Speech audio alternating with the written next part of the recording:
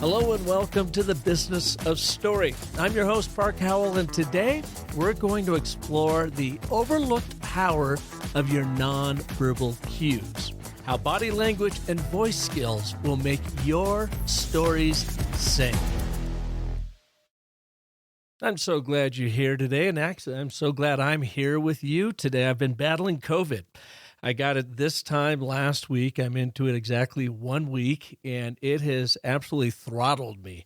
So I had, your basic flu and cold symptoms and the sweats and the temperatures and the aches and pains and all that stuff. And it went away after a couple of days, but I just have had this fatigue, and it is a hard thing to shake. So I've actually had to move a couple of interviews from last week, and now I'm trying to regroup this week and get rolling, and I'm just so glad you're here. So hang with me.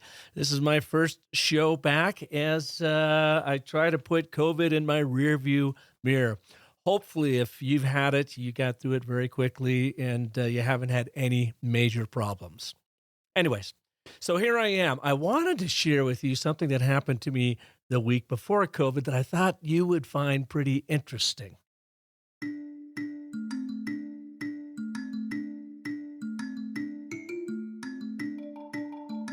I was hosting a virtual Business of Story session for a large veterinary group, and we were focused on, as you might imagine, learning the ABT, the and, but, therefore foundational narrative framework, because, well, it is the DNA of all powerful business communications. When you get the ABT down, everything else gets simpler with your business, organizational leadership storytelling. So I launched into this, and one of their young, peppy sales reps, I'll call her Sally, she stops me and says, quote, "Park, I've been in sales a long time, and I guess I can see how the ABT might work, but it feels stilted and unnatural to me. So you know what? I'm not going to use it." Then I asked Sally to elaborate. She went on for a minute or two, scrambling about, trying to find her reasons why the ABT simply wasn't going to work for her. When she finally took a breath, I asked the group if they heard Sally use the ABT to set up her very defense for why she isn't going to use the ABT. They didn't recognize it at first until I restated Sally's position to them using the very ABT that naturally came out of her. In fact, did you hear it? She said, "I've been in sales a long time, and I guess I can see how the ABT might work, but it feels stilted and unnatural. So I'm not going to use it." Even Sally didn't realize she had used the ABT. They all got a big laugh out of it, and then she said to me, maybe I'm wrong about this ABT thing. You see, here's the deal. Our cause and effect, pattern-seeking, decision-making limbic brain naturally loves the agreement/contradiction/consequence narrative structure of the ABT. And your audience doesn't even realize it when you use it on them. It's a way to hack through the noise and hook into their hearts to get them to lean in to what you have to share with them. But you have to believe in the magic if you're going to cast the ABT spell. And I'll teach you how to use the ABT through one of my short online courses, the ABTs of selling or the ABTs of branding. Just visit shortlink bit.ly/ABT courses. That's bit.ly/ABT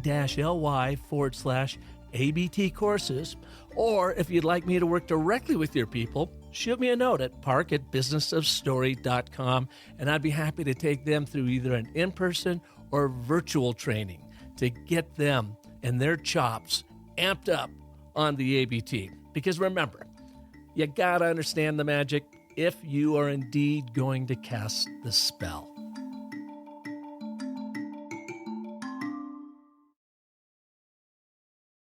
Now, the ABT is your first step to strengthening your storytelling skills through this proven 3-step framework. But don't discount your nonverbal cues to take your stories to the next level. Today's guest will help you do just that. People have talked about and talked about too much, perhaps, the sense of the need for authenticity. That's the big word for the last probably 20 years. We come back to this word of congruence. If you want to appear authentic, You need congruence between what you're doing. Otherwise, people will suspect that you're not giving them the whole truth. So that's why it's so key to have them going together. Richard Newman has helped business leaders the world over with their communication skills on the biggest stages. In fact, one client he taught won over $1 billion in new business in just 1 year using Richard's techniques. But he had to learn it all from scratch because he is not only highly introverted, but was diagnosed with high-functioning autism. Because Richard was painfully shy as a child, at age 18, he started his mission to discover the core communication principles. Well, it took him to live in the foothills of the Himalayas with Tibetan monks who spoke no English. They had to communicate only through nonverbal skills to understand each other. He then worked as a professional actor, studying how to walk, move, and speak to increase his impact on an audience. He became a keynote speaker, coach, author, and speechwriter, winning the coveted Cicero Grand Prize for Best Speechwriter of the Year. Richard's research on nonverbal communication was published in the Journal of Psychology. His study proved that you can increase your leadership ratings by 44% and win 59% more votes in an election simply by changing a few simple behaviors.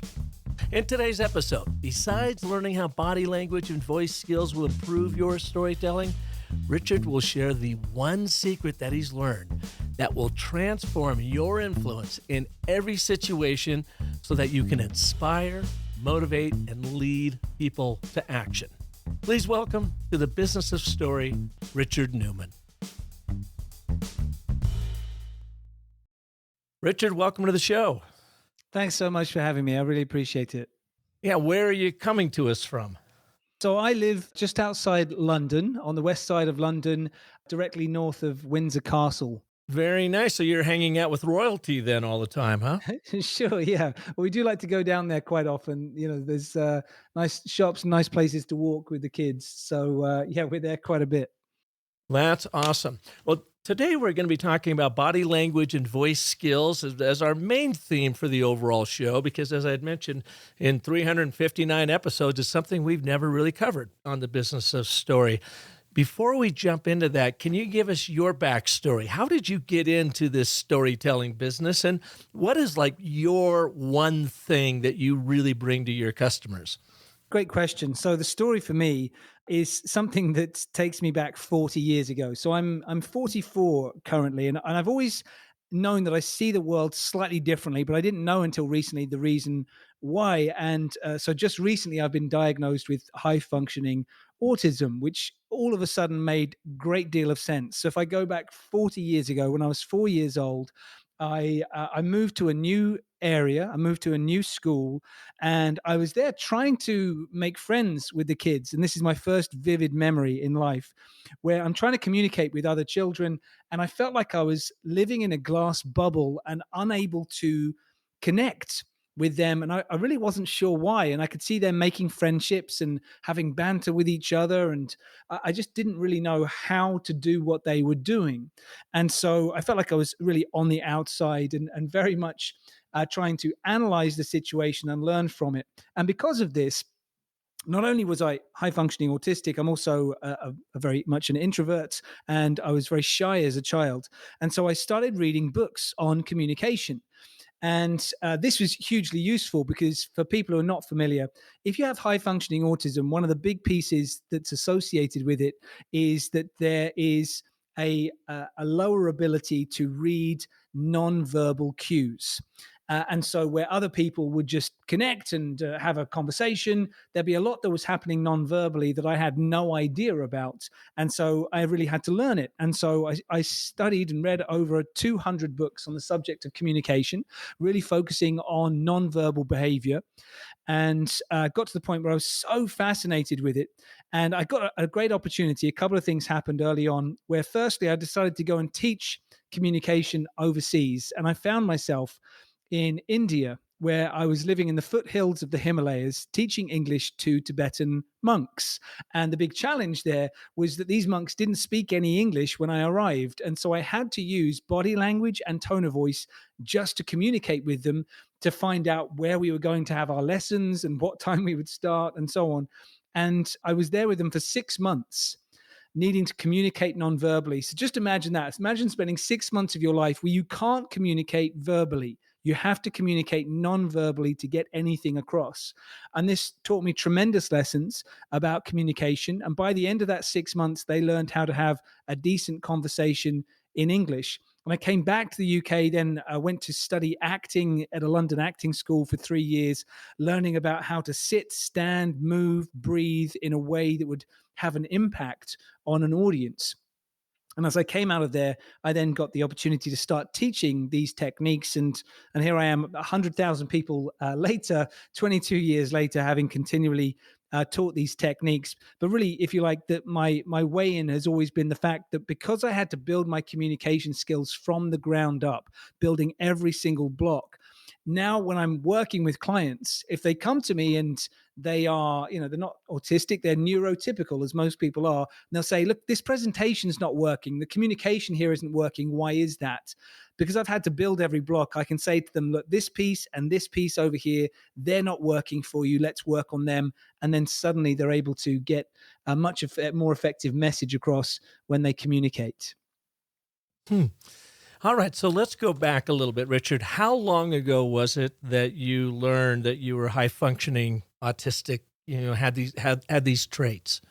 So I think I had suspicions about this for a couple of years, but the final verdict on this only came through for me about 3 months ago. So it just came through. Now, what were you doing in your career such that you found yourself over trying to teach English to a bunch of Tibetan monks? Well, this was a point where I was finishing high school, and my parents were very keen for me to go to university and study business because they felt that would be a good thing for me to be doing. And I didn't want to do that. I wanted to go and do something of service for the world. I knew that I was interested in teaching. I was interested in acting. One of those two things, because I'd enjoyed acting at school. I'd also enjoyed doing some teaching where I was teaching basketball to younger students in the school. So I thought I would do one of those things. And this opportunity then came up for me where I thought, okay, I'm going to put myself forward for a gap year. I'll come back to university. I'll come back to education at some point, which I actually never did.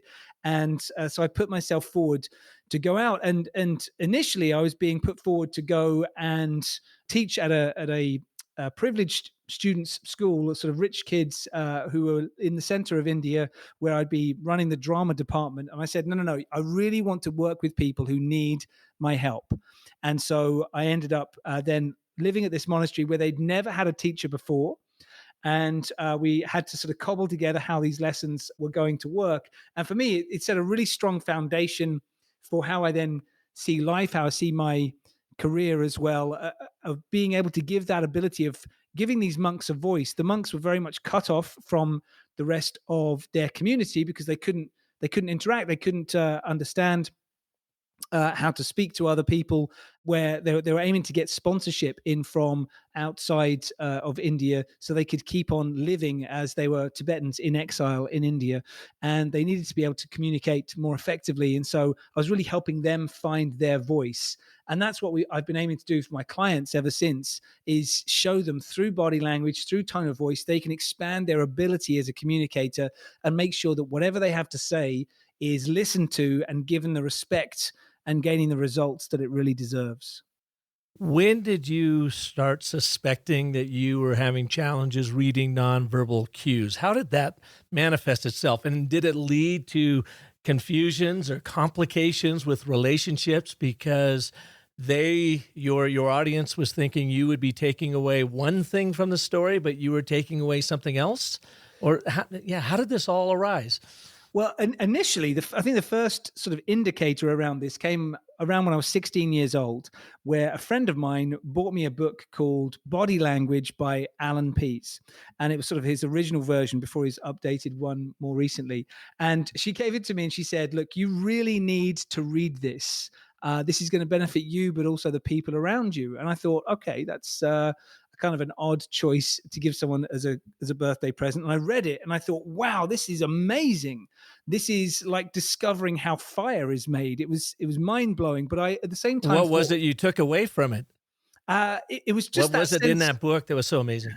I think for me, it was the sense that there is a way of communicating that isn't through words. And until that point, I just hadn't made that connection. I thought that, people ask you a question and you give them an answer and that's it. And so for me, it would be very confusing for me if people gave me one answer and they did something else. I really hadn't understood that part of human behavior at that point. And so to give you an example of confusion that I had is if you imagine banter, this is the one that took me the longest to figure out. Banter for me is two people insulting each other and laughing in each other's faces, and somehow that makes their relationship better. And as you can imagine, if I tried to do that, it didn't it didn't turn out really well. And so as I was starting to read this book on body language, I thought, okay, there's a way of me communicating without opening my mouth, where I can stand or sit or move in a certain way that will have an impact on another human being. But I still at that stage didn't really feel like I would be able to master it. I thought, okay, everyone else can do this. I can't do this. And so it's going to be a big uphill journey. But there was really a pivotal moment for me in my school, where there was a friend of mine who's brilliant. I mean, a really lovely guy, very well educated, very well read. And his dream was to get into Oxford University.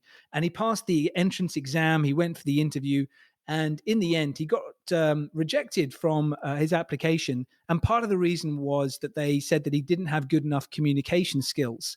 And I thought to myself, I am never going to be as intelligent as him. I'll never be as well read as him. So I'd better get really good at communication skills, because otherwise there is no hope for me. And so that's where my decision to then start studying communication built from. Interesting. And when you came back from working with the monks, what was your first line of work then? So yeah, when I first came back from working with the monks, because I wasn't paid for it, I then had some debts to pay off. So I initially started working as a waiter to build up some cash, but quickly then ended up going to study acting in London. And so I then came out of there and got some work as an actor, where I was working. And ironically, given the journey, the first paid job that I got as an actor is where I went to do a job in Austria, where they auditioned for this job for the guy they auditioned in London, because they said the funniest actors in Europe are in London and the most beautiful women in Europe are in Vienna. So I was brought from London. The woman in the commercial was brought from Vienna. And we had to do this whole scene where there's only one line that I had, which was "Ik muss zur Bank," which means I have to go to the bank. But the rest of it is all nonverbal, us making facial expressions at each other as we flirt, as we seduce each other. And so, that was really good payoff for me initially, of thinking, okay, now that I've been studying these communication skills, it's actually given me very high paid work as an actor. But the acting work for me, went to one side fairly quickly, where it was my hairdresser who I was speaking to one day. He was cutting my hair and he said, "What are you interested in?" And I talked to him about, teaching the monks, and I talked to him about acting, and I talked to him about all these books I was reading on communication. And he said, "You should come and teach my hairdressers, because they need to improve their communication skills." He said, "Your haircut is going to be free today, and you come back and you're going to teach these hairdressers for a couple of hours." And I had no idea what I was going to teach them, but I just threw together something that would be about 2 hours long. And I taught these London streetwise teenagers how to improve their communication. I loved it. They loved it. They invited me back. They ended up being a paying client of mine then for 16 years, as I trained their training team, their management team, their leadership team. And from there, word of mouth spread, where I got a phone call one day from this guy who's the head of an engineering company. And he said, "I just had my hair cut today, and my hairdresser said that you're this expert in communication. Could you come and train my team? I've got 30 engineers who are going to be working at this exhibition that's coming up. Please come and train them." And so that's where my paid work in teaching communication began. And that's where it all took off for you then. What It's interesting to me that you came back and went to theater school, acting school, and that plays so much off of nonverbal cues. Did you feel like you were hamstrung in doing that? I mean, did they have to go out of their way to teach you things that if you are not inclined to really be able to read these nonverbal cues, how did you get through all that? Yeah, great question. Well, I think for me, what I really enjoyed, what I'd enjoyed at school as well about acting, is that different to sort of social environments. When you're acting, you know who's going to be there and you know exactly what they're going to say and where they're going to stand on the stage. So for me, being on stage was actually a safer environment than being in a social environment where you don't know who's coming in and out, you don't know what they're going to say or how they're going to interact. So being on stage, you know, this is what I have to say and I'm not going to say anything else. And then I was studying very much with this Canadian teacher called Ed Clark, who I'll always remember and appreciate because he was teaching us movement and he was showing us how if you make small movements, small gestures, they can have an impact on the people on stage and the people in the audience. And what I found ever since then is when I'm training clients today, is that it's really easy to work with someone who is an engineer. If I have an engineer as a client, it's fantastic because they will lap up all of the techniques and the strategies you can give them. They'll write them down, they'll embody them, they'll just go for it. Whereas if I'm training someone who is maybe a bit more in the fashion industry, then because of that commitment to fashion and to their personal identity, they find it harder then to learn and change their behaviors. So for me, I was really lapping up the whole thing of the non-verbal side of communication that I was getting involved with. Although, you know, I remember a moment with one of my acting teachers where she said, "What are you doing?" And I said, "I'm just waiting for my line. It's not my line yet." And she said, "But you're supposed to be acting when it's not your line. You do need to remember that. You're still on stage, even when you're not saying your line." And so I had to remember not just to act on the line, but through the entire performance. Interesting. So, in the work you've done in the research, one of the things that you've in your notes that you sent me about the science of storytelling, you say in there that almost everyone does it wrong in business. Why is that? Yeah. So we found this through, you know, people that we've worked with all over the world. We work with people in Europe, the Middle East, Asia, America, and Australia. And no matter where we go and no matter what industry they're in, there are a few habits that we found that a lot of people are making that are detracting from their message and reducing the level of respect that they would get when they speak. And so, you know, part of the reason that people do this is as comforters. So if you imagine speaking to a group of people, maybe speaking to your boss or speaking to your team, there can be a level of pressure or anxiety that we get that builds up within us, wanting to be accepted by them, wanting them to care about and listen to our message. And so when that is happening, these fears can come up of being rejected or of people disliking our message or ignoring us. And so comforters tend to come up for people. And so one of them that we find is very common is people swaying or shifting back and forth. So whether they're sitting down, shifting from one arm of the chair to the other as they rest from side to side, or when someone's standing, they might shift their weight from one hip to the other hip and then shifting back again. And people are doing this because their body is telling them, look, you feel uncomfortable. Let me try and find a way to make you feel more comfortable. But the challenge being, if you're standing or sitting off to one side, gravity is working against you and you essentially look like a pushover. So if someone gave you a quick nudge, you would fall over in that position. And so what we found is so many people are doing this, and it's amazing the looks of recognition I get when I'm coaching clients. Immediately people around the room will say, that's me, I've done that, or my boss does that, or I have a team of people doing this. And so what we say to them is, okay, let's just come back to how you were born to speak. So this is not about becoming something you're not. It's about getting rid of bad habits, getting rid of the armor that is holding you back, and come back to how you're born to speak. Well, how is that? If you look at a child when they're 1 year old, when they're trying to stand up for the first time, if they stand up with their feet together, they fall over. If they stand up leaning on one side, they fall over. And eventually they realize that if they stand up with their feet shoulder width apart, with their weight evenly distributed, they can stand effectively. And suddenly they have risen above just crawling on all fours. So gravity's working with them, not against them. If we go back to that initial position when we're adults, we have gravity working with us, we have a position of gravitas, and suddenly people associate that physical posture with the words that we're sharing with them, giving us more of a sense of gravitas. And we found this is not just sort of theory. This is something that we put to the test with a study that we did on more than 2,000 people, people from all around the world, aged from 18 to 65. We showed them a series of videos where people were wearing the same clothes and saying the same words, but slightly shifting their behavior. And we found that if people were shifting from side to side or leaning their weight on one hip, they were seen as lacking confidence, they were incompetent, they lacked knowledge, they wouldn't gain votes in an election, a whole series of pieces. Whereas when they were standing, in a way that gravity was working with them, then all of those ratings went up. And there was the same thing for a few different behaviors that we analyzed. So these are universal signals that we're giving out when we communicate. So stop swaying, stop shifting about. Find your, yeah, it doesn't mean you can't be working the room, right? Moving around the room, stopping and making your points. But when you are standing there, have that gravitas. So you put gravity to work for you so that you really own that room. And there's a confidence, I would imagine, in that. Exactly. Yeah, we always say to people, look, it's okay to move, but move for a reason. Don't move because it makes you feel better. So some people, when they are they've seen someone else who works a room who's really effective, and they think, okay, what did she do? Well, she was wandering around, she was moving about, so I'll wander about.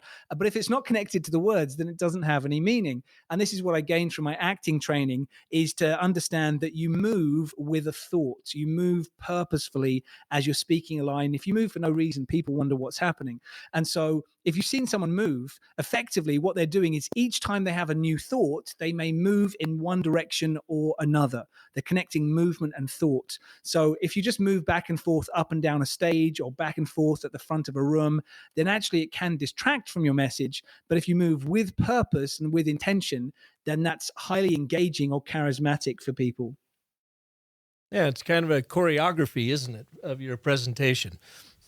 Yes, exactly. And actually, to go one stage further, this is kind of a technical point, but people love learning this piece, is that if you think about choreography on your movement, this blew my mind when I discovered it. So imagine that you're standing at the front of a room, in front of a boardroom, and you're talking to people about a message. What you need to remember is that you're like a human graph, a human graph. So imagine that there's a graph on the screen behind you, and you'd see on one side of the screen, on the left, you've got the number 0 on the graph, and on the right hand of the screen you've got the number 100. So that's how we see time. We see time going from left to right, from 0 to 100. If you've got a graph with months of the year, you have January on the left and December on the right. We see time moving from left across to right. So if you're going to choreograph your movements, if you want to work a room, just understand that as you're facing people, if you move to your right, you are moving into the past. So you're moving to the audience's left. If you're moving to your left, then you're moving to the future as the audience sees time. And so if you're talking about past, present, and future, you might be saying, look, these are the challenges we had last year. This is where we are now. And this is where we're moving into the future. If you move to different parts of the room as you tell those parts of the story, you can literally visually move to the past, the present, and the future and help people understand the story. And when people do that, those who've been trained in this method, it's really engaging because there's so much congruency between their physical movement and their words that people feel captivated when they watch them. Yeah, and you've got to think about it. That you've got to flip it, right? Because you're moving to your right, but they're looking at you. So is that stage left? I always get the stage left, stage right thing mixed up. Is that stage left from the audience's perspective, or is it stage left from the performer's perspective? Yeah, you're exactly right to say that you need to flip it. So if you ask most people, tell me about your day and use some gestures, they will gesture to their own left to talk about the past. They'll gesture to the middle of them to talk about the present, and they'll gesture to their right to talk about the future. And you're absolutely right to say when you're speaking to someone else, you have to flip it. You have to understand that your right is their past and your left is their future. So flipping things so that they understand it rather than what's good for you, it needs to be what's good for the audience. You've also got some published research that shows how you can convince 42% more people using small changes that you can make in every meeting. What are some of those changes? Yeah, great question. So this is something that we found was universal. So when we tested this out in the study that we created, we worked with University College of London, and we published this research that came out in the Journal of Psychology. And we found that very small changes that you make can work universally. It doesn't matter who you're speaking to, what culture they come from. It doesn't matter if you are a man or a woman. It's regardless of these things, these are universal signals that will increase how convinced people are. And so one of them, as an example on this, is around your gestures.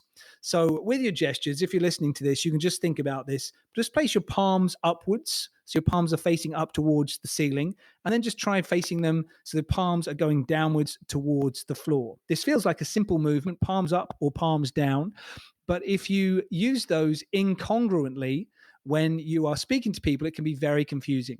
So in order to increase the number of people convinced by your message, you need to use palms up or palms down at the right time. So palms up universally is a symbol of being open, of being warm, of being welcoming, can also be used for a positive message.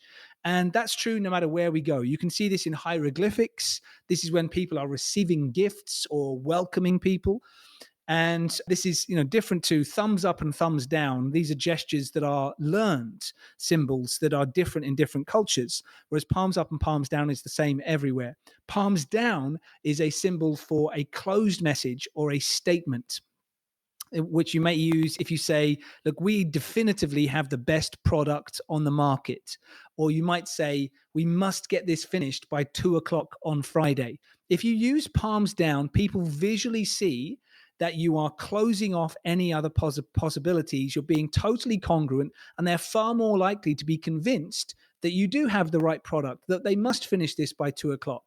Now, imagine saying that same sentence, palms up, saying, we're the best product on the market. We must get this finished by 2:00 on Friday. If you do it palms up, it feels more like a question. And you find that people don't respond to you because there's a mismatch between the body language and the words. So the key really to being effective as a communicator is your body language, your tone of voice, and your words must go in the same direction. So you have complete congruency. And when you do that, the way that people respond to you dramatically improves. What are some of the voice skills that you coach on? With voice, particularly for people in business, we tend to find that people are simply not using enough of their range. And again, they're being thoroughly incongruent. And so we have a massive range in our voices, something like 3 octaves of notes that we could choose to use at any time. But what people are using is just 1 or 2 notes. And so we have this business monotone voice that people speak on. And people think that if I speak on a monotone all the time, then you'll find me more important. You'll think my words are more serious. But actually, what we do is we just switch off because there's no variation. And so continuously, we have clients where I've worked with them at conferences. And before I do my talk, you might have the CEO or the CFO steps up on stage. And that person will say, hi, everyone. Welcome to the conference. I'm very excited to have you all here today. We've got some really amazing things that are happening in the business. And you think, look, tell your voice. Anybody who isn't looking at you, doesn't catch the words, if they're just catching the tone, then they're thinking, okay, this is going to be a bad day. There's clearly some bad news. Maybe there's redundancies. Maybe we're going to lose our jobs today.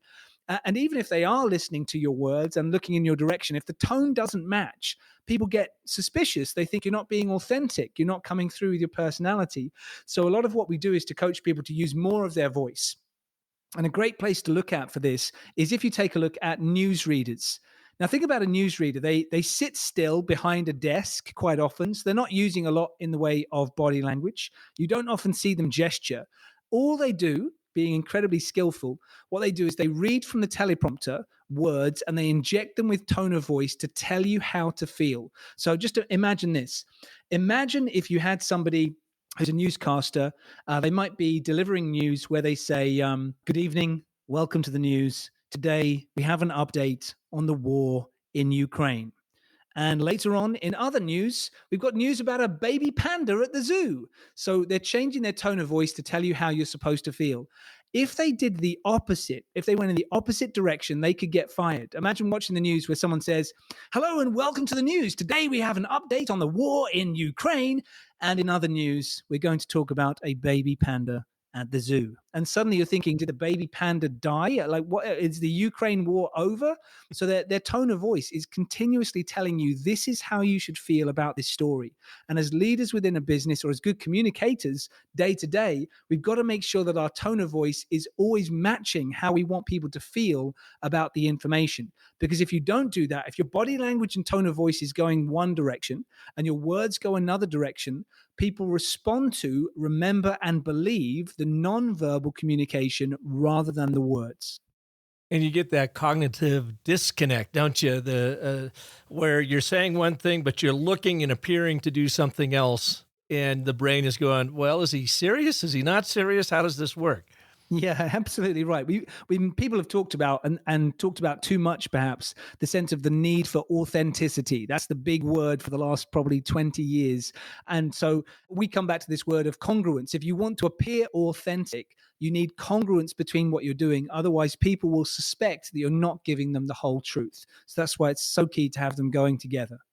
How do you coach your clients to overcome those word crutches or silences of the ums and likes and rights that we sometimes throw into our presentations as we're trying to collect ourselves and think of the next thing? We're just basically buying some time. But boy, those ums, likes, and rights can be so annoying. Yeah, you're so right. And everybody has one. You know, we've had people saying things like absolutely over and over again, or obviously over and over again. But whatever is the crutch word for you, there's a really quick and simple way through it, which is that the more that you physically commit to your message, by which I mean the intensity level in your posture, your arms, your facial expressions, the power that you're putting into your voice, we then find that we're not wasting any energy because we're so committed to our message that any of those little filler words disappear.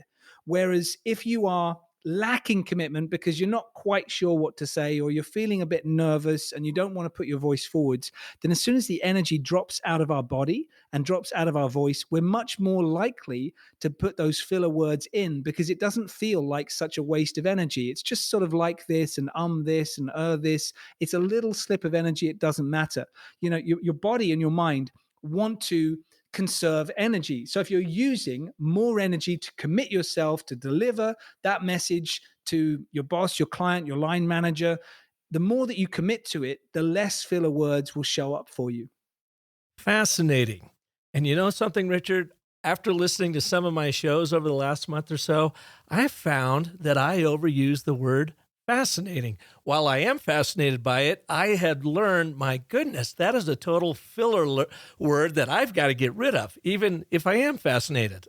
And I am, by the way. So thank you for that. I have never heard of it that way before, but it totally makes sense. You know, when I am doing a keynote or working a master class or mastery course, so many people will come up to me afterwards and say, man, you have so much passion and so much energy and so much belief in this. It just kind of comes out of me, you know, maybe a little bit over the top in some respects. But now that you mention it, I don't rely on a lot of filler words because I just get into this flow when I'm teaching it. And the energy just kind of takes over, you know, it becomes its like own character inside of me and I just let it run. But that is such a great way to overcome that sort of thing. Think about putting more physical energy into your message because then that shows you're confident in it and you can courageously share it without those filler words. Yeah, that's exactly right. And it's funny that you mentioned that you had a filler word. I didn't know what my filler word was until I was hosting a conference where I was interviewing different people from the leadership team. And it was the first time that I'd done it.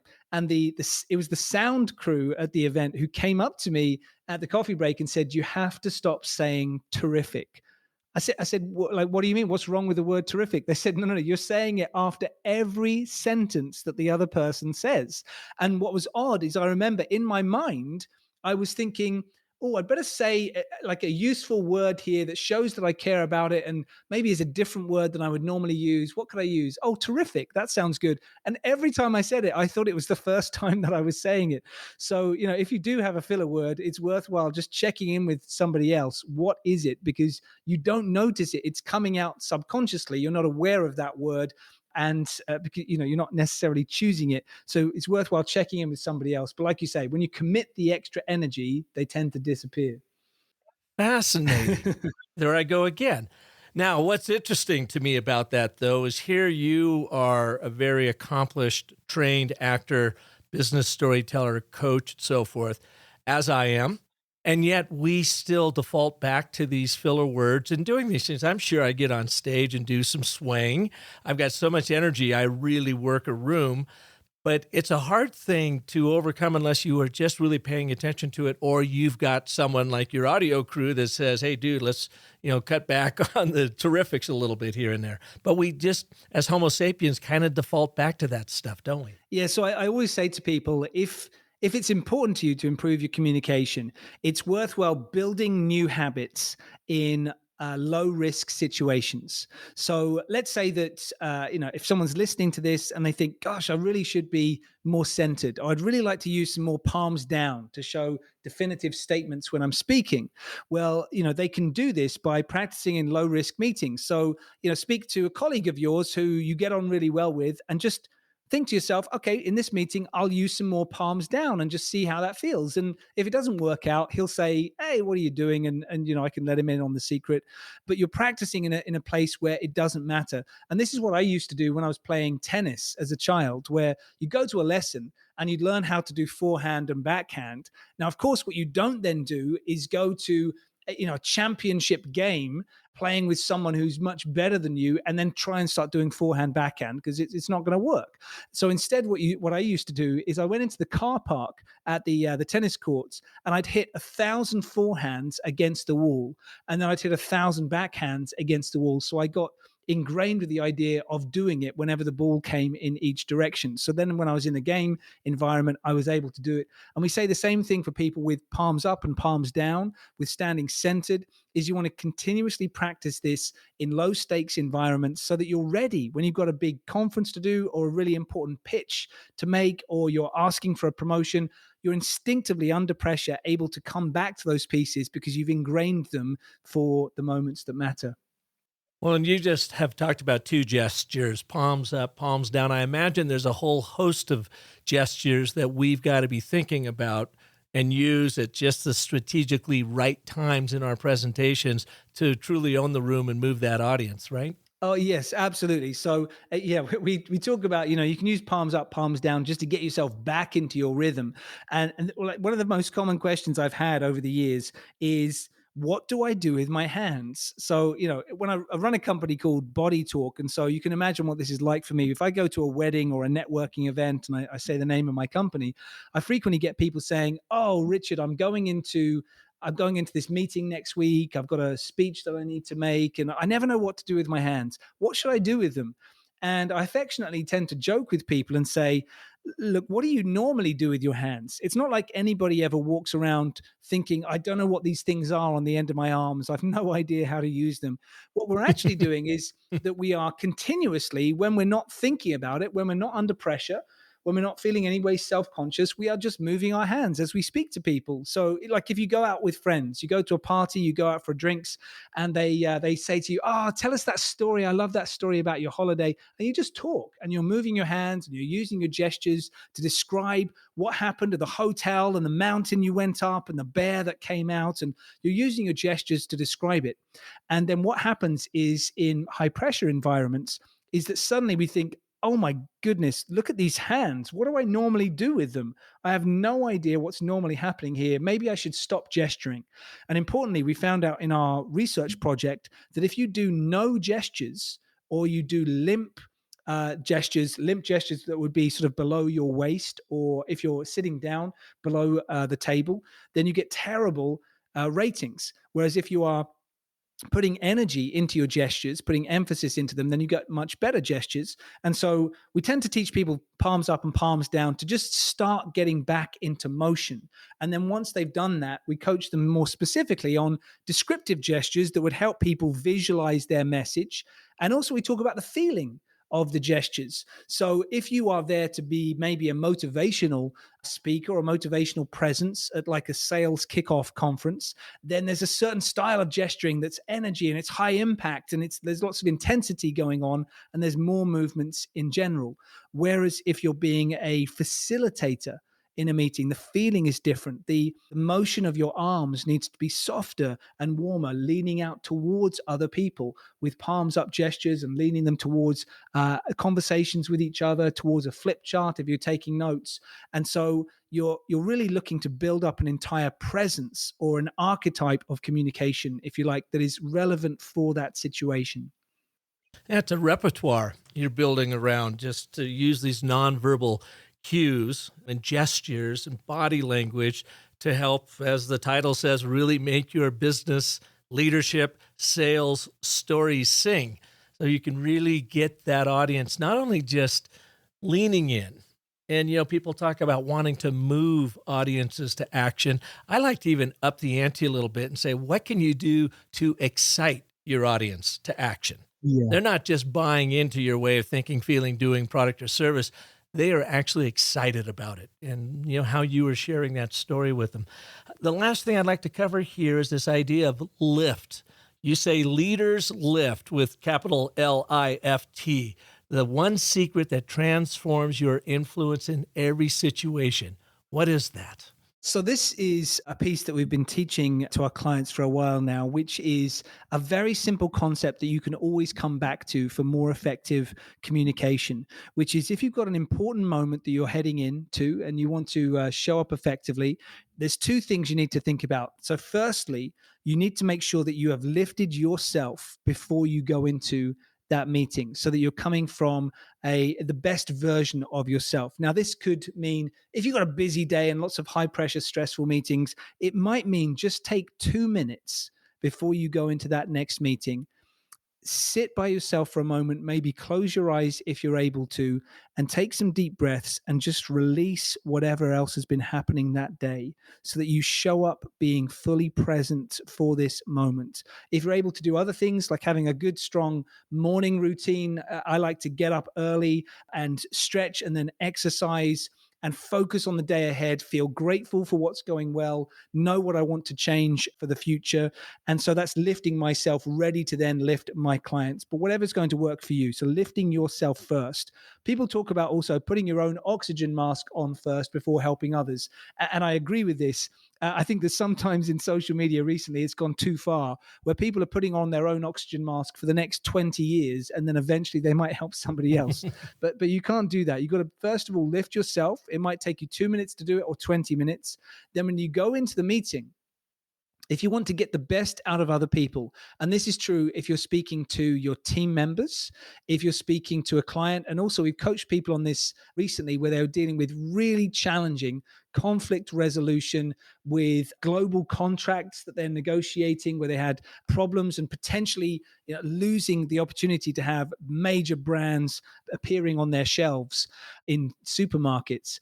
So we were coaching them on taking the concept of lift, where if you go into a meeting and you do the opposite. Let's say you go into a meeting and you see the worst in that person. You're frustrated with that person. You can't believe that they haven't delivered their numbers or they're making your life difficult. Then when you go in, there's already a negative presence and the meeting is going to go poorly. But if you go in deciding to lift the people there, what that means is you're going in as the best version of you and you're aiming to see the best version of the other person.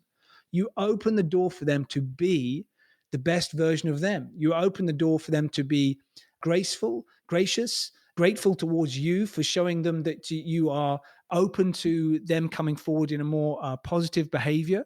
If you do this for team members who are not performing well and you show them that you empathize with where they are and you see a greater version of themselves, they are much more likely to work harder for you because they know that you're someone who believes in them.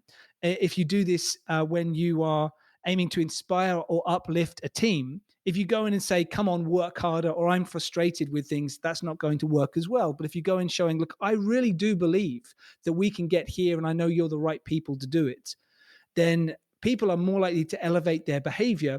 Just like, everyone has somebody like a grandparent or maybe a teacher that when they were younger, that person saw greatness within you, even if you weren't showing it. Even if you were showing up with poor behavior, being stressed, acting out, they saw you and they saw more potential in you, just like my hairdresser did with me. There I was just having my hair cut, and he said, "Hey, I really believe that you could be a communication trainer for people."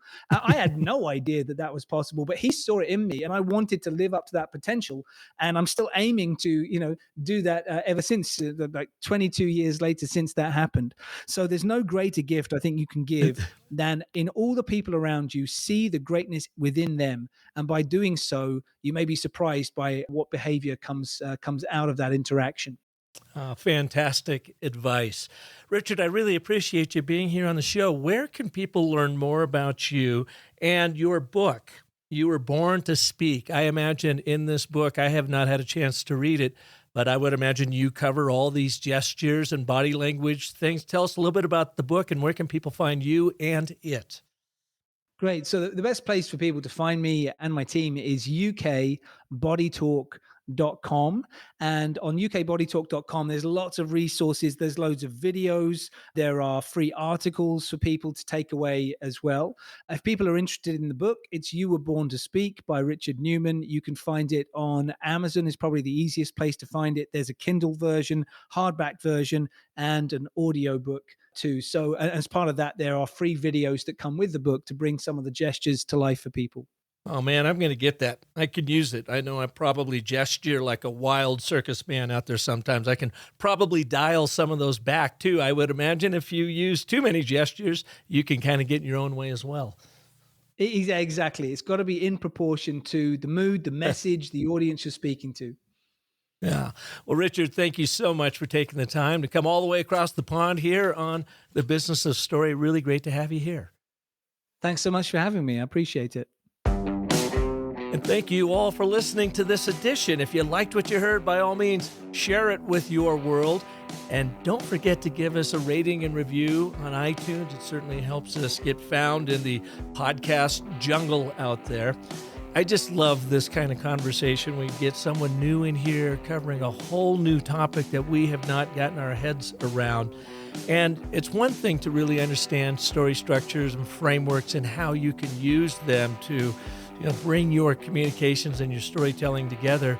But I think we often forget about what it is, how we are showing up on stage, whether you are in that boardroom, that break room, virtually in a chat room, or in your living room at home. The goal, of course, is to own that room.